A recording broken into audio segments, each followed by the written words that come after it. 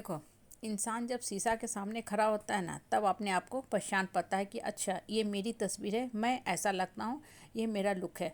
Suppose करो कि शीशा है ही नहीं धरती पे, तो जब शीशा होगा ही नहीं, इंसान कभी अपने आप को शीशा में देखेगा ही नहीं, तो क्या जानेगा कि मेरा लुक कैसा है, मैं कैसा दिखता हूँ।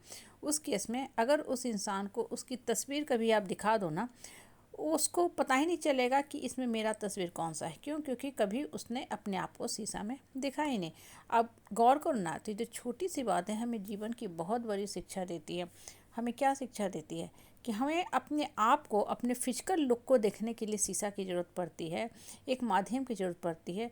तब अपने अंतर मन को देखने के लिए, झांकने और समझने के लिए हमें कितना बड़ा माध्यम की ज़रूरत पड़ेगी, और वो माध्यम होता है ऊपर वाला। इसलिए हम अकेले बैठते हैं, चुपचाप बैठते हैं, शांत बैठते हैं, ध्यान करते हैं, पूजा पाठ करते हैं और ऊपर वाला से जुड़ते हैं।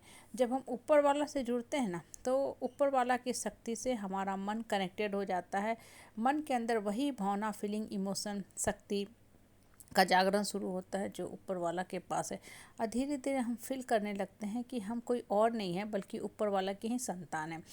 बच्चे के जो गुण होते हैं ना, वो माँ बाप से मिलते हैं। मतलब लुक तो मिलता ही मिलता है, आउटलुक मिलता है।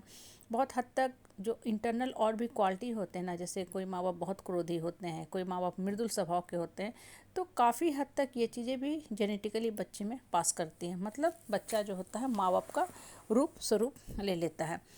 हम सब के साथ भी यही लॉ काम करता है। जो क्वालिटी ऊपर वाला के पास है ना, वही क्वालिटी हमारे अंदर भी है। लेकिन हम इतने भाग दौड़ आपाधापी का जीवन जीते हैं ना, कि कभी हम अपने मन के अंदर बैठ के झांक ही नहीं पाते हैं कि हम कौन हैं। हम अपने आप को बिल्कुल नॉर्मल ऑर्डिनरी इंसान मान के चलते हैं, थका हारा मान के चलते हैं। थोड़ी सी परिस्थिति परेशानी आई, हम गिर के, पट के, रो के बिलखने लगते हैं और कह देते हैं हे भगवान, अब हमसे नहीं होगा, हम थक चुके हैं। अब भगवान तुमको क्या बोलता है? भगवान हमको क्या बोलता है? बोलता है कि नहीं, तुम मेरी संतान हो, तुम उठो, चलो, दौड़ो, भागो। जब तक जीवन है ना, देखो, जीवन में संघर्ष है ही है, स्ट्रगल, पेन, सफरिंग, सब कुछ आपको मिलता जाएगा। धरती पे अगर आप मनुष्य योनि में आए हो, आपको ये सब का सामना करना पड़ेगा। इनफैक्ट पशु को भी सामना करना पड़ता है। लेकिन दुर्भाग्य की बात है कि पशु बेचारा क्या बोले। पशु को अगर कोई दुत्कार देता है तो वो भी तो फील करता है। पशु जाके झगड़ा कर सकता है? नहीं झगड़ा करता ना, वो चुपचाप बेचारा चला जाता है। क्यों? क्योंकि भगवान ने उसको बोलने की शक्ति नहीं दी है। लेकिन हमारे पास तो ऊपर वाले ने बहुत बड़ी शक्ति दी है। वो शक्ति है बोलने की शक्ति, भाषा दी है कि हम भाषा के द्वारा अपने मन के विचारों को, मन के भ्रांस को बोल के निकाल सकते हैं। तो जब आप ऊपर वाला से जुड़ते हो ना, तो लाइफ में जब संघर्ष, परिस्थिति, परेशानी आती है ना, तो आप हिलोगे नहीं। आप मान लोगे कि हम हर कुछ अच्छे से क्रॉस कर सकते हैं। और ये भी नहीं कि आज सुख का समय है तो ये चीज़ भी हमेशा ही हमेशा रहेगा, नहीं। किसी के लाइफ में ना हमेशा सुख होता है, ना हमेशा दुख होता है। ये एक साइकिल में चलता रहता है, जैसे सुबह शाम दोपहर हर दिन चलता रहता है ना। बसंत आता है, गर्मी आती है, बारिश होता है, फिर ठंडा आता है। सारा एक ऋतु चक्र है। उसी तरह जीवन में भी खुशियों का, दुख का भी एक चक्र होता है, समय चक्र होता है। टाइम टू टाइम आपको हर कुछ मिलता आता है। आपको हर समय स्थिर होकर सिर्फ कर्म करना है।